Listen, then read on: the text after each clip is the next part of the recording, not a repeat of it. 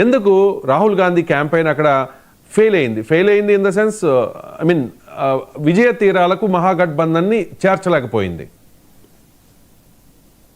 రవిచంద్ర గారు మొదటి నుంచి చెప్తున్నాను నేను, స్పాయిలర్ పార్టీగానే మిగిలిపోతుంది కాంగ్రెస్ పార్టీ అక్కడ. కొన్ని స్పాయిలర్ పార్టీస్ ఉంటాయి. ఉదాహరణకు ఎల్జేపీ పక్కన ఎన్డీఏ కూటమిలో ఎల్జేపీ ఎట్లనో ఇక్కడ మాత్రం కాంగ్రెస్ పార్టీ గతంలో 70 సీట్లకు పోటీ చేస్తే 19 గెలుచుకున్నది.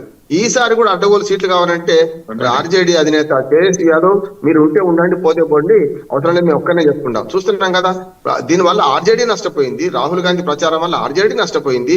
ఆర్జేడీ గతంలో 75 సీట్లు అండి, ఒక సీట్ ఎక్కువనే ఇది బీజేపీ కంటే. గతంలో మన 2020 ఇప్పుడు అసలు ఉన్న అసెంబ్లీలో 75 నుంచి 59 కూడా లీడ్ లేకపోతుందంటే అర్థం చేసుకోవచ్చు. కాంగ్రెస్ పార్టీ 70 సీట్లకు పోటీ చేసి 19 గెలుచుకున్నది.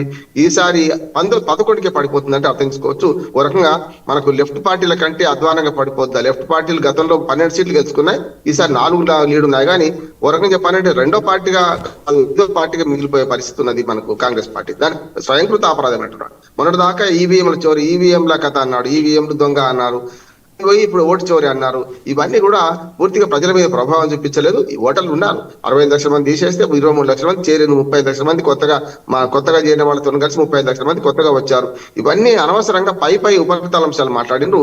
బీహార్ ప్రజలు ఏం కోరుకున్నారంటే, నేను ఒక విచిత్రమైన చెప్తాను మీకు. జేడీయూకి గతంలో 115 స్థానాలు పోటీ చేస్తే కేవలం 43 గెలుచుకున్నది.